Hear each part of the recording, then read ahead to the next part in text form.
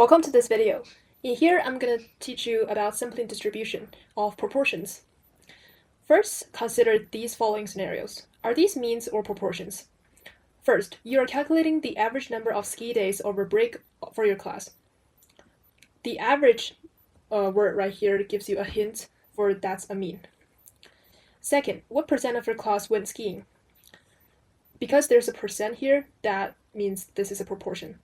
Third, what is the average amount of money a student spent on holiday gifts? Average for sample mean.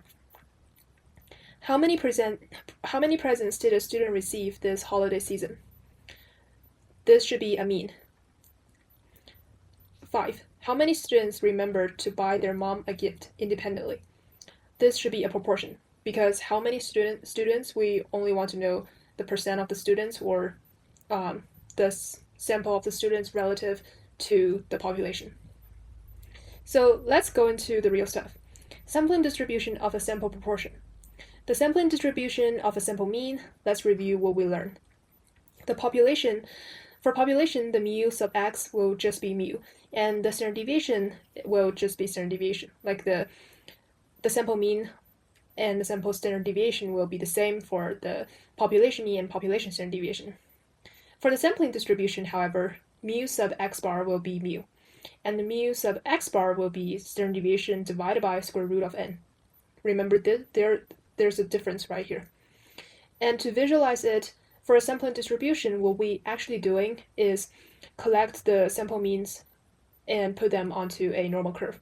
The area under the curve is made up of a bunch of sample means. And don't forget to label the standard deviation for the x bar. But for a sample proportion, everything's different. For population, P is equal to population proportion.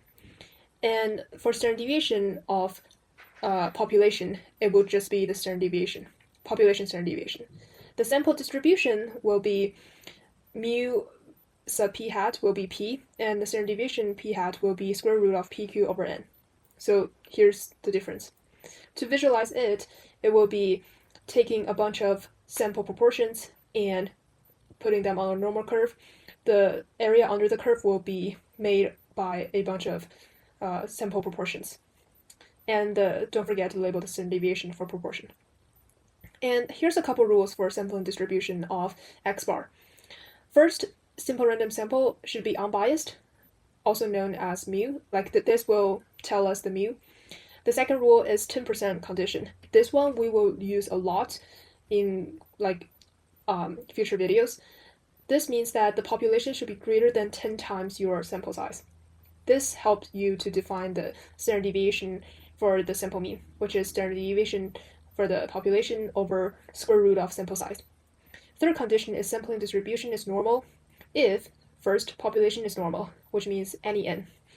Any n is appropriate. Because the original population curve is normal, even though the n is pretty small or pretty large, it doesn't affect the shape of the curve.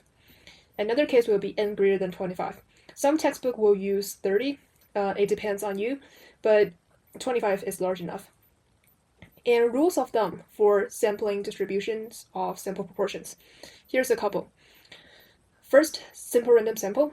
This tells you the p, so the same thing as sampling distribution of x bar. The second rule is 10% condition.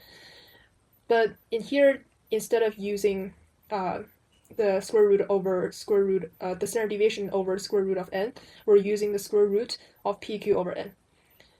Third one is sampling distribution is normal if np is greater than 10 and nq is greater than 10.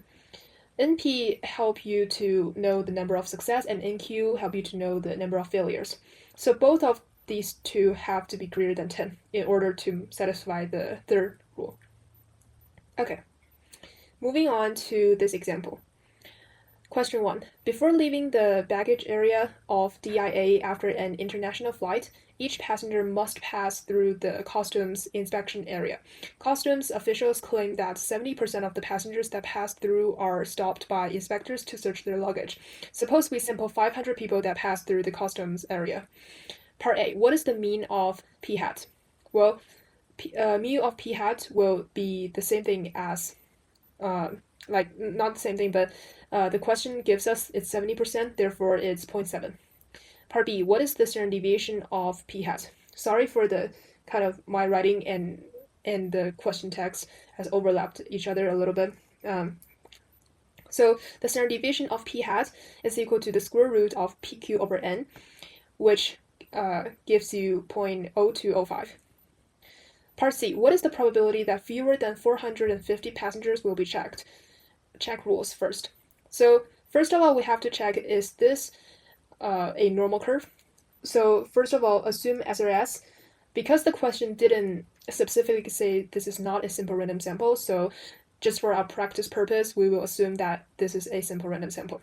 Second, more than 5,000 people add costumes, and that's true. Third condition, NP is equal to 500 times 0.7, gives you 350.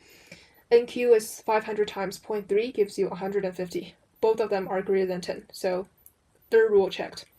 Therefore, we can use the normal CDF on our calculator to help us do it. So you can see the purpose to check the normal curves for these cases, because we have a lot of utilities to use the normal curve, whether on our calculator or the z tables, everything related to normal curves.